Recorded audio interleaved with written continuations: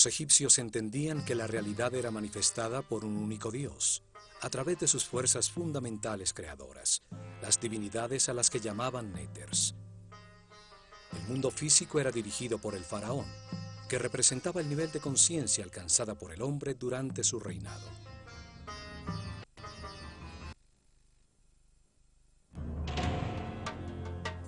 El faraón era la encarnación del Ka real, un mismo espíritu que evolucionaba reencarnando de faraón en faraón. Esto lo convertía en una divinidad intermedia entre el hombre y Dios, encargado de conservar y perfeccionar el orden en el mundo físico egipcio. Su universo espiritual era guiado por el hierofante, el sumo sacerdote de la escuela de misterio del Ojo de Horus, el primer servidor de Dios, Gen-Neter-Tepi, el gran vidente.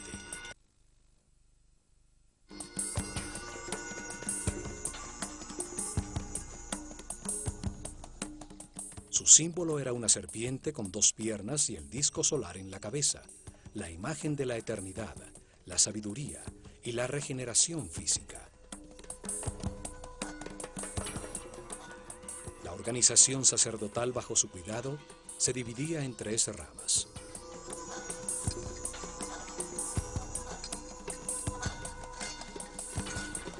La primera se encargaba del conocimiento verificado. Era dirigida por el más sabio de los sacerdotes. La segunda rama se encargaba del arte y los rituales. La tercera rama era la encargada de la administración de los templos.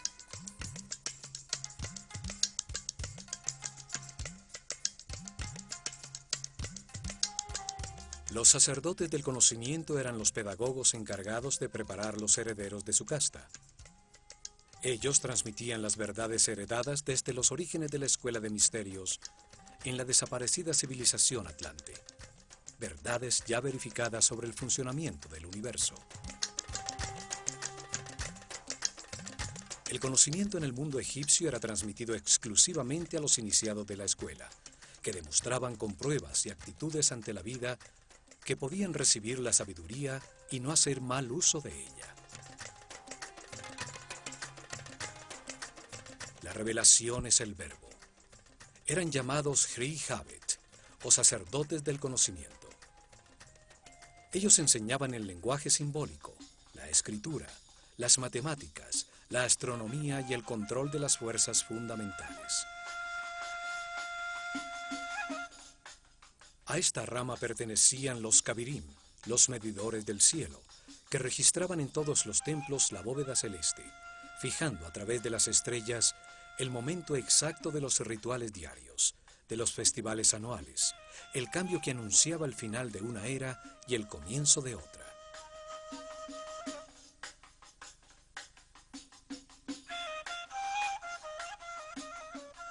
La segunda rama se encargaba de producir las obras de arte, del diseño arquitectónico y la construcción de los templos, de la dirección de los talleres donde los iniciados, ayudados por artesanos del pueblo, fundían las esculturas simbólicas. Estos sacerdotes creadores diseñaban y supervisaban las tallas en los muros de los templos. Ellos enseñaban a trabajar el arte con la sabiduría del amor, a disfrutar del oficio, a dar siempre lo mejor de sí. Diseñaban los símbolos, la herramienta fundamental de los rituales, los objetos y figuras simbólicas, y luego diseñaban lo que se debía hacer regularmente con ellos y en los momentos cósmicos como los solsticios y equinoccios.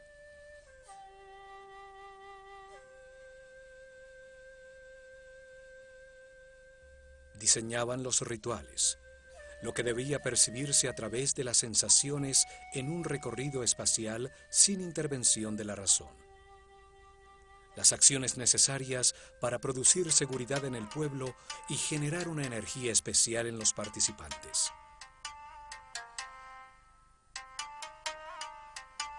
El ritual inducía a los sacerdotes de la escuela de misterios del Ojo de Horus de autoridad ante el pueblo, utilizando el control de lo intuitivo, de lo que percibía un ser humano sin importar su preparación o su nivel de conciencia.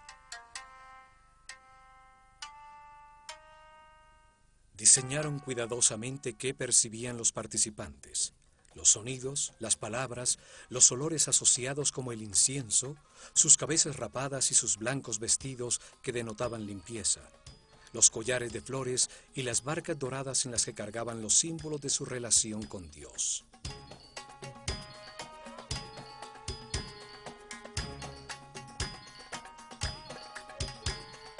Utilizaron el ritual para transmitirle al pueblo la jerarquía y el orden de la sociedad que organizaron, utilizando sencillas herramientas como la riqueza de los vestidos, su vistosidad, la ubicación de los participantes o su cantidad. El ritual renovaba la relación entre los poderes de la realidad.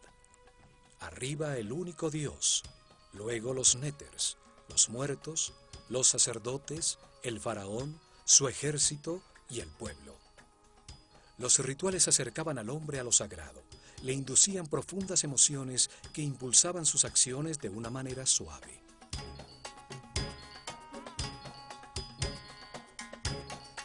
La tercera rama administraba el día a día en todos los templos. Organizaban los cultivos, el recibo de los suministros, la preparación de las comidas, la limpieza de todos los recintos en una sociedad comunitaria. Utilizaban en su base un grupo de sacerdotes temporales llamados los Uab, los puros, hombres del pueblo que durante un mes al año servían en los templos, haciendo las labores diarias menores para luego retornar a sus actividades habituales.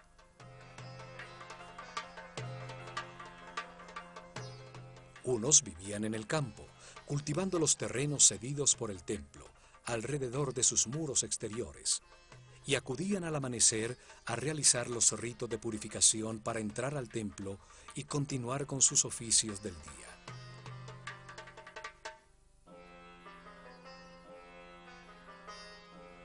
Otros vivían en el pueblo alrededor del templo y trabajaban el resto de su tiempo en la administración estatal. Carpinteros, obreros y albañiles reparaban y ampliaban al templo siguiendo esta modalidad de trabajo temporal rotativo. Este sistema de rotación permitía que muchos miembros de su sociedad participaran en los ritos y cultos desde el interior mismo del templo, y así entender al pueblo que los trabajos comunales los beneficiaban a todos. Las tres ramas convergían en los templos, los sitios donde se organizaba el orden, el Ma'at, la búsqueda del equilibrio armónico temporal. Allí el hombre se sumerge en el espacio sagrado orientado al cosmos, registrando su permanente movimiento.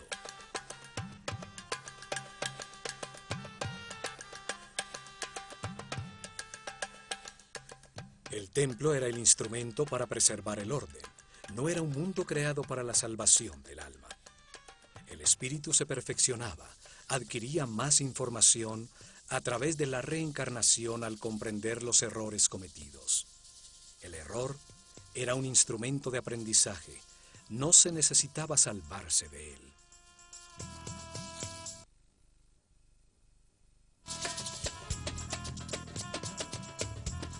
El templo era el sitio donde se encontraban las dos fuerzas fundamentales, la fuerza del caos y la fuerza del orden. Allí se lograba el equilibrio necesario, la armonía que conduce al perfeccionamiento de todos los individuos de su sociedad.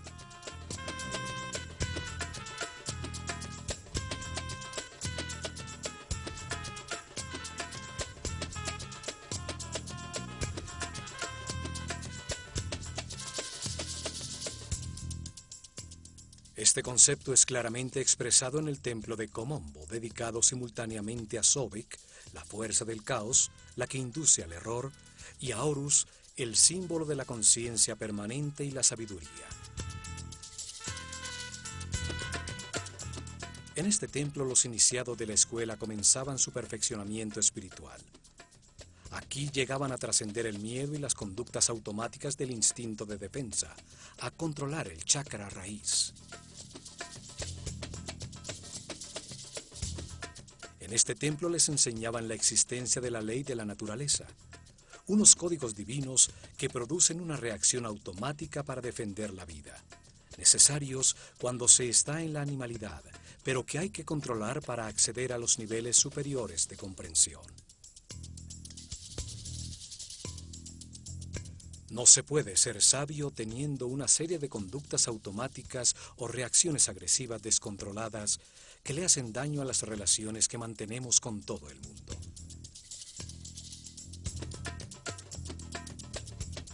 El primer nivel de comprensión terminaba cuando comprendían que la vida es eterna, que la muerte es una puerta en el proceso de reencarnaciones, cuando controlaban las reacciones automáticas de agredir para defender su vida. Lo demostraban al pasar vivos la prueba de la muerte, en el centro conceptual de los dos altares, como veremos en este programa, demostrando su audacia, seguridad y confianza ante la perfección de todo lo que sucede en el universo.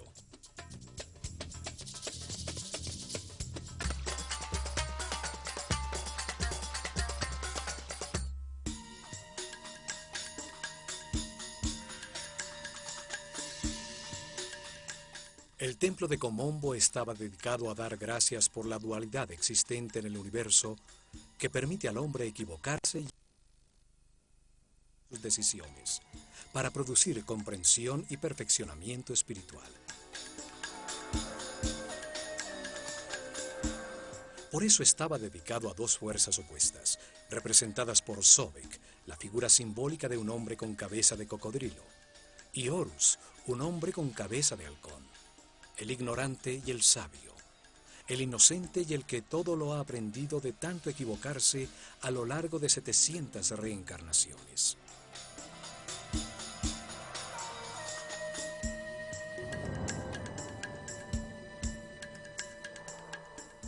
Situado sobre el Nilo a 48 kilómetros al sur del templo de Edfu, muy cerca a los 25 grados de latitud norte y a los 34 grados de longitud este, se encuentran las ruinas del templo tolemaico de Komombo, llamado antiguamente Pa-Sobek, el dominio de Sobek, la fuerza simbólica representada por un cocodrilo. En este sitio no existe un gran complejo como en Edfu o en Dendera. El templo estaba protegido por altísimos muros y la población estaba alrededor de un fuerte del ejército imperial donde se entrenaban para la guerra a sus elefantes africanos. Allí, desde tiempos muy antiguos, a un lado del desaparecido fuerte, existió un templo dedicado a honrar la polaridad, la dualidad de todo en este mundo. Durante las dinastías tolemaicas, el templo fue reconstruido y son sus ruinas las que llegan hasta nuestro tiempo. Komombo estaba orientado 43.5 grados al sureste, hacia la estrella Alfa Centauri, una estrella de la bóveda sur que anunciaba la salida del sol en el equinoccio de otoño. El templo, dividido por toda la mitad, estaba dedicado por igual a Sobek y a Horus, los dos extremos del camino de perfeccionamiento. Sobek al comienzo del camino, la ignorancia y la animalidad. Horus al final del mismo, la conciencia permanente y el fin de la rueda de reencarnaciones.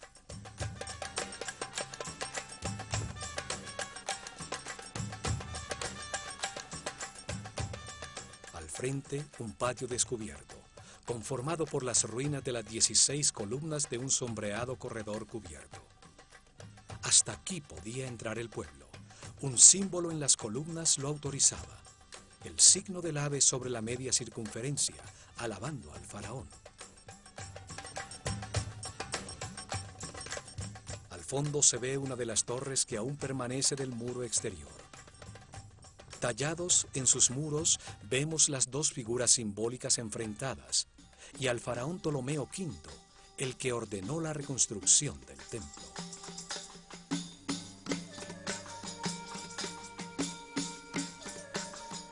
La fachada principal tiene dos accesos simétricos, sobre los cuales el decorado dintel muestra el doble disco alado, rodeado de las serpientes que simbolizan la luz en medio de la dualidad.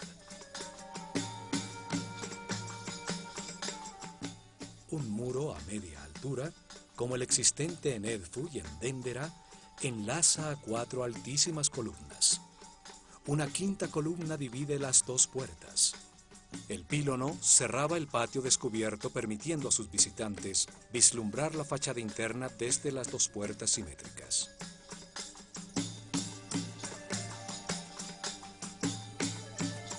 El patio del peristilo era más pequeño que el del templo de Edfu.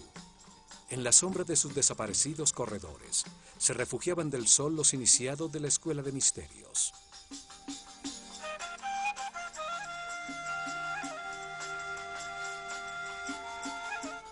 En el lado derecho del templo están los restos de lo que fue la pequeña capilla dedicada a Hathor. En su interior se conservan los restos momificados de algunos de los cocodrilos que eran mantenidos también en un laberinto de túneles llenos de agua bajo el templo.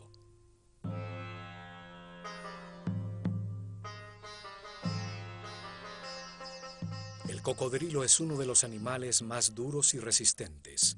Su piel es muy densa, es como el metal de los animales.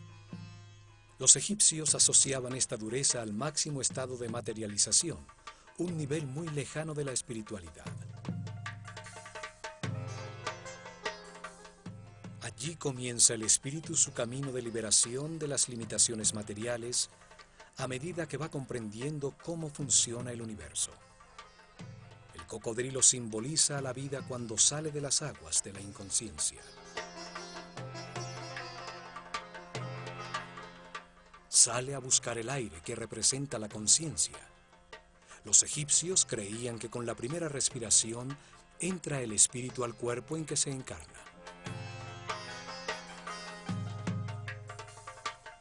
La larguísima columna vertebral del cocodrilo es un símbolo del eje de la vida en todo ser vivo. Aún la esfera del planeta tiene su columna vertebral sobre su eje de giro. Por allí se desplazan las fuerzas electromagnéticas que le dan vida y que forman un campo protector de las radiaciones solares ultravioletas alrededor del planeta, permitiendo el desarrollo de la vida y la evolución de la conciencia. Sobek, el cocodrilo, y Tuaret, la hipopótama, representaban en sus mapas celestiales a las estrellas circumpolares que, situadas sobre el eje de giro del planeta, brillan fijas por miles de noches sobre los polos.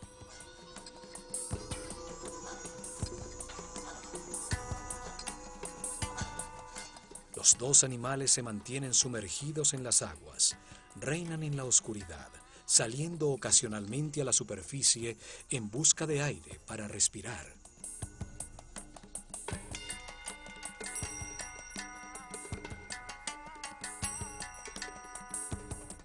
Las aguas representaban al caos, que luego renueva la vida. Las aguas del Nilo, la columna vertebral de Egipto, al desbordarse periódicamente, arrasa con todo, para luego producir el crecimiento de la vegetación y de la fauna.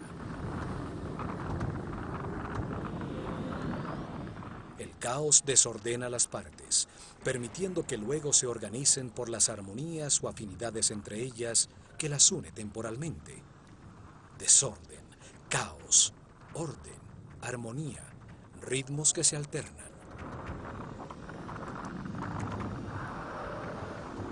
Esta fuerza de la naturaleza, que desorganiza para renovar la vida, era reconocida con el nombre de Sobek, el hombre con cabeza de cocodrilo. Sobek pertenece a la corte de Set, el señor de la oscuridad, la fuerza que impulsa al hombre hacia el materialismo, la sensualidad, el que retrasa su camino evolutivo, el que siembra su vida de decisiones incorrectas para que aprenda con sus propios errores. Para los egipcios, estas fuerzas no eran ni buenas ni malas, eran neutras. Fueron diseñadas por Dios para permitir el error y el sufrimiento que producen comprensiones en el hombre, llevándolo a la inmortalidad y a la conciencia permanente. El simétrico templo está dividido exactamente por la mitad. El lado derecho hacia el este está dedicado a Sobek, el lado izquierdo hacia el oeste a Horus, el comienzo y el final del camino evolutivo de la conciencia. Horus, el hombre con cabeza de halcón, sobre la que se posa un disco dorado, era el símbolo de la conciencia permanente. Representa un hombre que todo lo ha aprendido en esta escala de la realidad, un ser inmortal ascendido en las jerarquías del universo.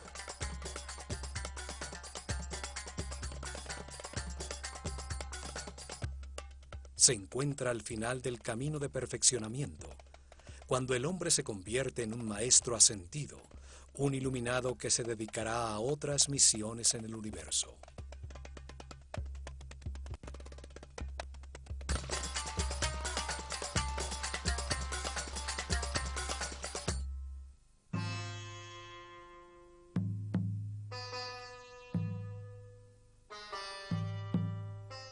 El faraón Ptolomeo VI inició la reconstrucción del antiquísimo templo y su decoración interior fue terminada bajo Ptolomeo XII, cuando la civilización egipcia estaba desapareciendo.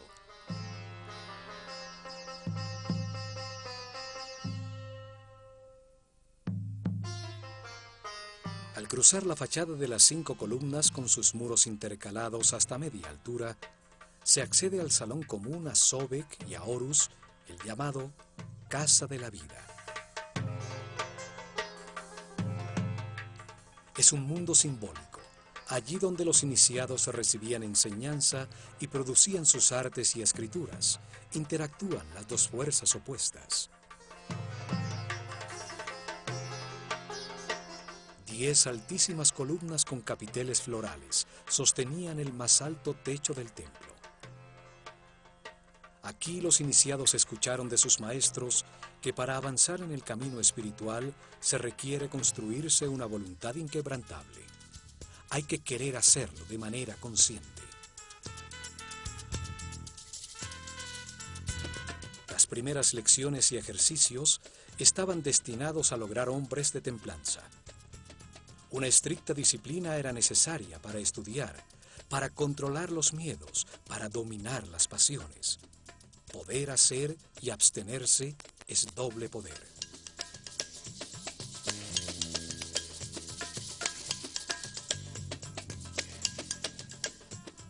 Un compromiso más allá de la muerte era establecido para mantener una discreción total, un silencio absoluto sobre las verdades reveladas. El principio hermético que garantizaba el acceso a la información solo a los merecedores de ella, a los que les correspondía escucharla.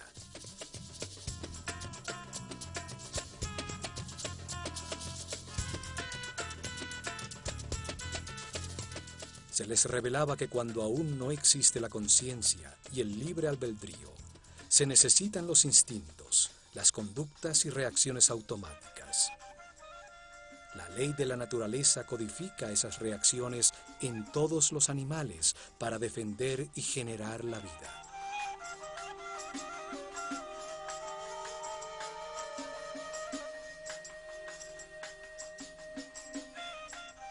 Pero cuando se nace como un ser humano y se quiere abandonar la animalidad original, hay que tomar control y conciencia.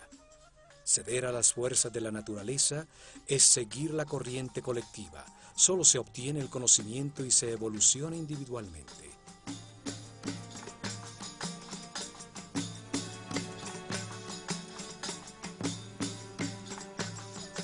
En la penumbra de este salón, aparecían desde sus respectivos santuarios relucientes las figuras doradas de Sobek y Horus a la vista de los iniciados, para iniciar las procesiones en los festivales, en los solsticios y equinoccios.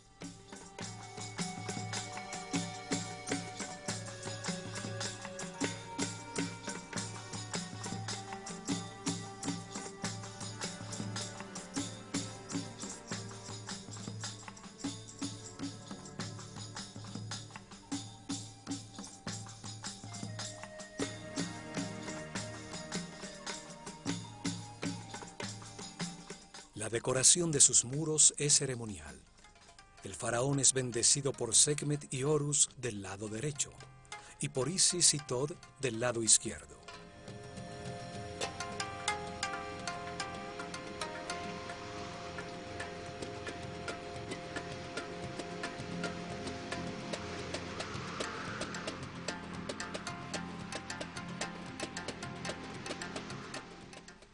Otro mural similar existe del lado de Sobek, resaltando la igualdad de las divinidades sin importar sus condiciones polares, de buenas o malas, luz u oscuridad.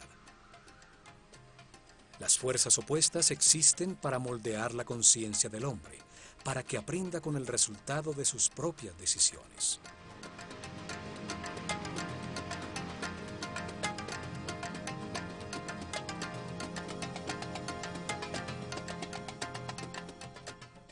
Inmediatamente después se llega a un espacio transversal donde se encuentra el salón de las purificaciones y el salón del almacenamiento de las ofrendas del lado de Horus.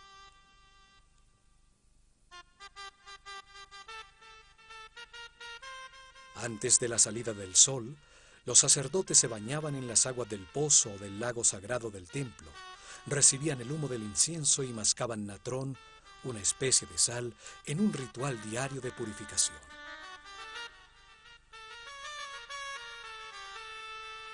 Los baños purificadores se repetían al mediodía y por la noche. Todos estaban circuncidados, una costumbre que luego adoptaron los judíos. Vestían siempre de lino blanco. No se les permitía usar vestidos que utilizaran pieles o partes de animales muertos como el cuero o la lana. La excepción era la piel de leopardo, que utilizaban los altos sacerdotes, los zen, sobre los hombros, y el pelo trenzado a un lado de la cabeza como una marca de su condición.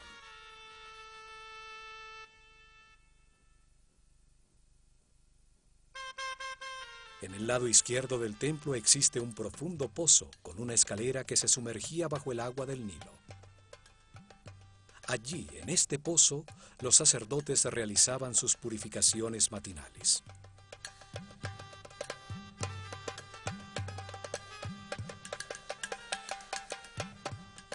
Una apertura superior permitía que el agua llenara un pequeño acueducto que mantenía con agua una pileta no muy profunda en el lado izquierdo del templo, donde los cocodrilos consagrados a Sobek retosaban.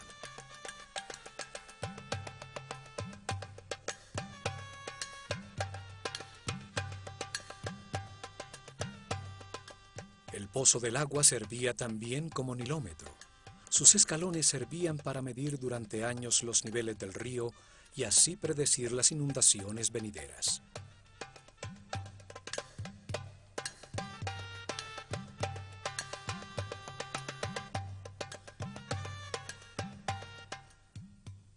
En los muros de Komombo quedaron los registros de los festivales anuales que se realizaban en todos los templos de Egipto.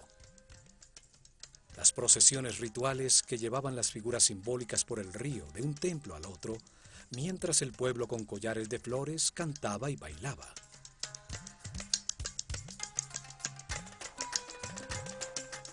A continuación encontramos el corredor de las escaleras que conducen a la azotea del templo. El esquema es igual al de los templos de Dendera y Edfu. Una escalera caracol a un lado y la recta escalera dentro del muro en el otro.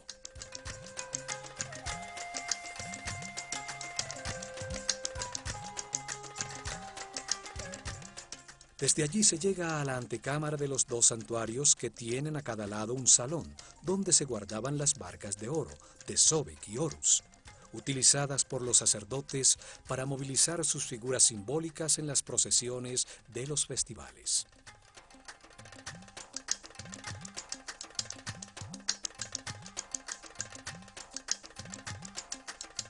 Aquí existe un bajo relieve mural donde aparece Ptolomeo con su esposa Cleopatra en la presencia de Horus y Sobek.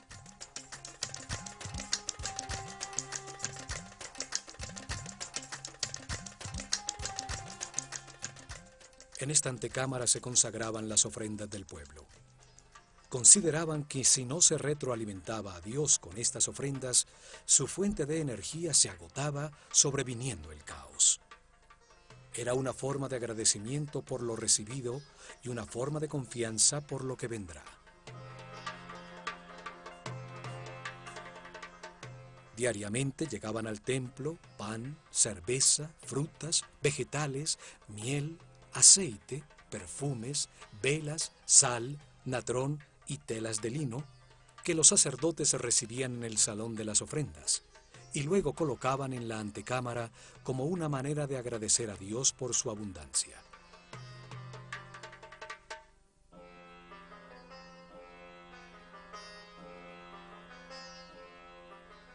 El pueblo acudía con una parte de la producción de las tierras que explotaban, propiedad del templo, y el templo entregaba a cambio estabilidad, prosperidad, salud, gozo, vida y orden. El sumo sacerdote purificaba con incienso las canastas de alimentos, y con el símbolo de la vida, el Ankh, marcaba la transferencia de fuerza divina entre los alimentos y la fuente de la vida.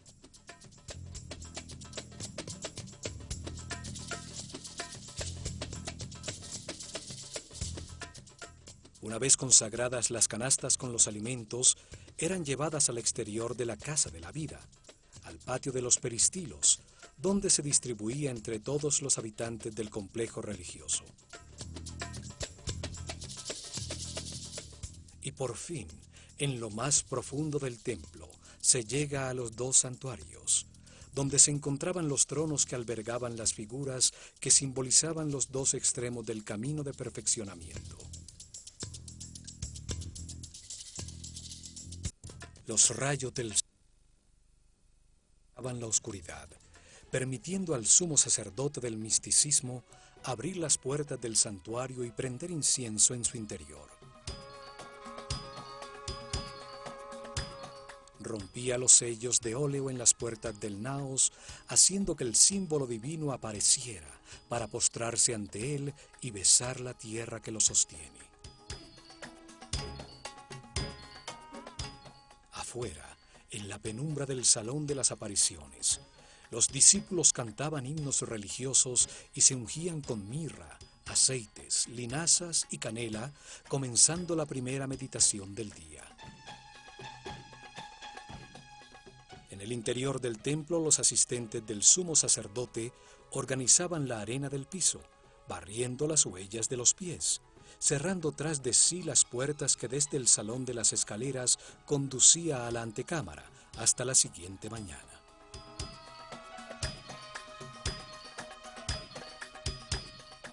En el centro simbólico de las fuerzas opuestas, entre los dos santuarios, se encuentran los restos de un muro doble. En su interior quedaba un espacio secreto. Al lado derecho de este espacio se encontraba el santuario de la luz, y al lado izquierdo el de la oscuridad.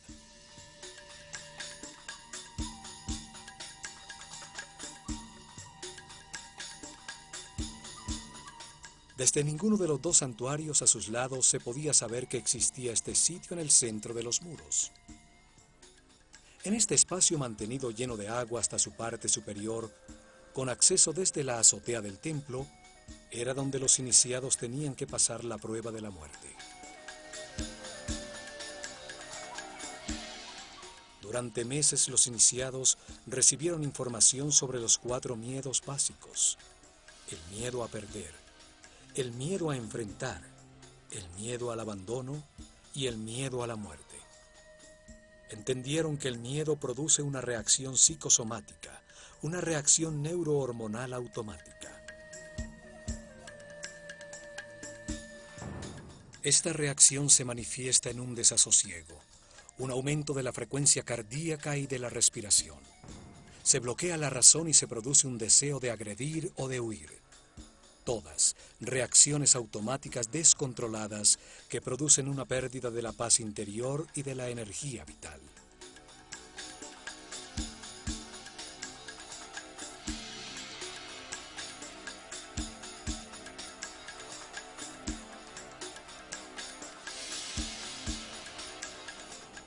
Aprendieron que el miedo es producto de una mente que se sale del tiempo presente y se va al futuro, a un tiempo que no existe, para producir un suceso imaginario en el que se pierde algo o alguien o hay que enfrentar algo.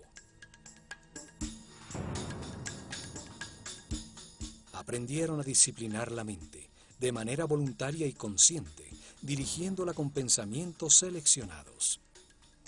Aprendieron a conservarla siempre en el tiempo presente, el único en el que se puede decidir y actuar.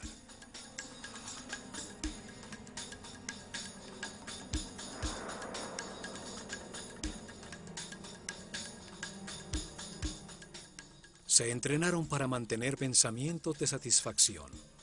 Comprendieron que todo lo que sucede es perfecto y necesario para su propia evolución, que si les sucede es porque les corresponde. Así aprendieron a evitar los pensamientos negativos, a confiar en el universo, a mantenerse en paz y armonía.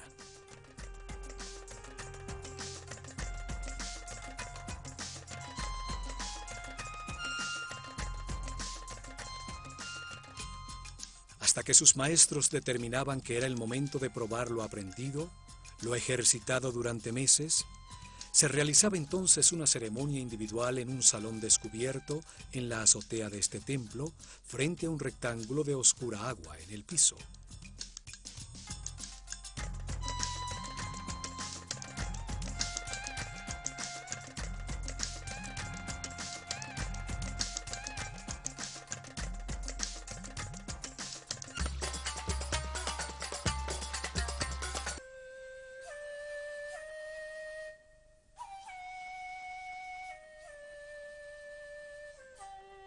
Al comenzar el día, después del baño de purificación, el discípulo y su maestro ascendían por la recta escalera hasta la azotea, llegando al descubierto salón de las ceremonias frente a un rectángulo de agua en el piso.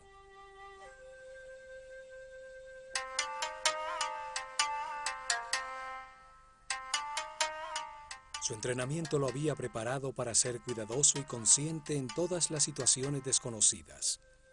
Una condición necesaria para sumergirse en el laberíntico canal lleno de agua y encontrar una salida sin ahogarse.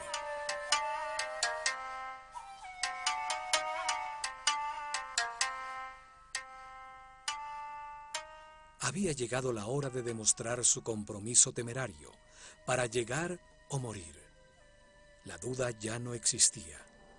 Retroceder sería precipitarse en el abismo y abandonar el camino del sacerdocio.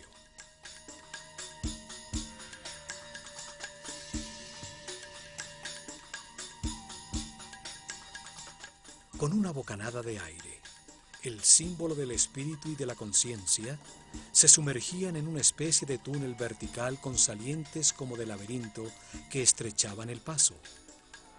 Con decisión nadaban verticalmente hasta el fondo, atravesando la apertura hacia el resplandor de luz.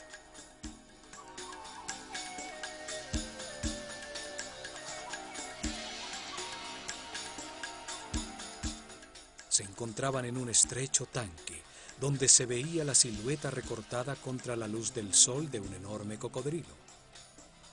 Se puede imaginar el miedo que puede producirse y el control que había que tomar sobre la mente para permanecer en calma y examinar a su alrededor.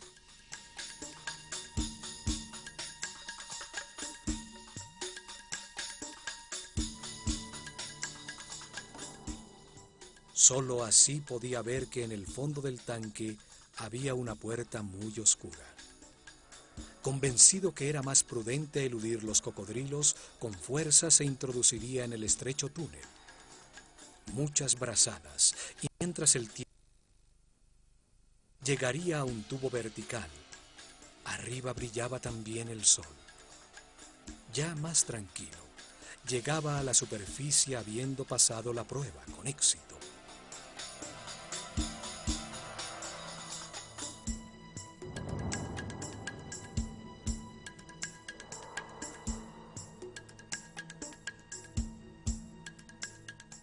Pero algunos, presa del pánico o en un estado de arrojo irracional, habían emergido rápidamente al lado del cocodrilo, que era mantenido muy alimentado para evitar que atacara, para enterarse que habían fallado la prueba, que la salida no se encontraba pasando al lado de la bestia.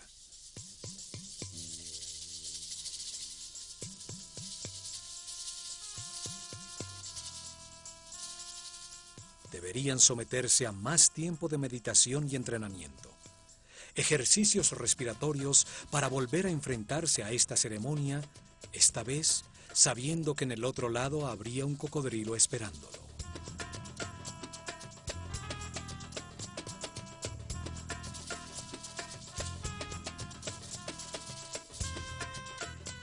Después de los santuarios con el tanque central de prueba, sobre un segundo corredor perimetral se encuentran 6 capillas, 3 a cada lado de un espacio central con la escalera que conducía a la azotea del templo.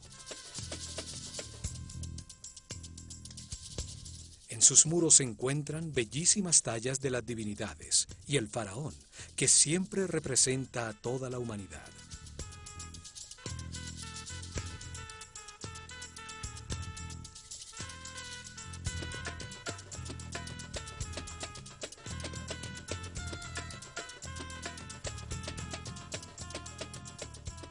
En este corredor perimetral se encuentra la famosa escena donde el emperador Trajano se arrodilla ante Imhotep, el arquitecto de Saqqara, quien presenta una serie de instrumentos quirúrgicos, curetas, fórceps, sierras quirúrgicas y escalas farmacéuticas.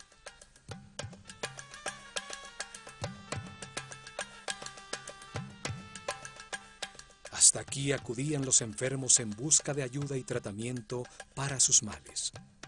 Muchas de las figuras talladas presentan una muestra de su fervor, pues el roce de miles de manos sobre sus formas sagradas gastaron la roca.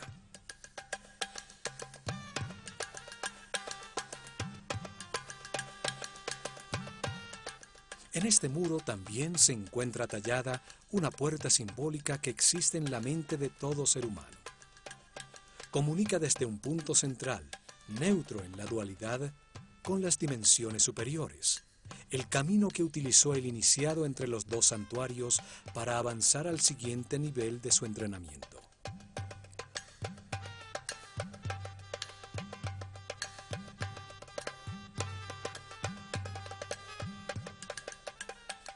Al lado izquierdo se encuentra Sobek, con una vara rematada por la figura de un león, el más perfecto de los animales, y a la derecha, Horus, con un cuchillo con piernas humanas, símbolo del camino de sufrimiento y autocontrol de todo ser humano para llegar a la condición de maestro ascendido.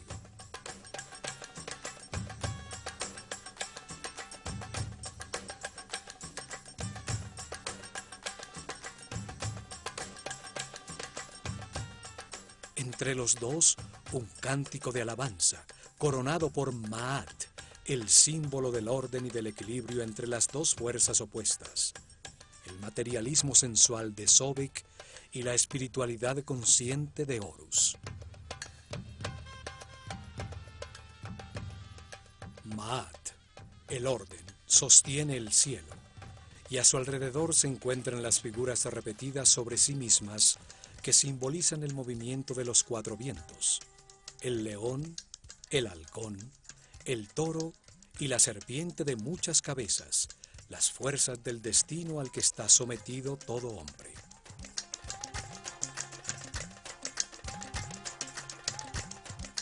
Curiosamente, esos mismos símbolos fueron utilizados posteriormente por los cristianos para representar a los 4 evangelistas.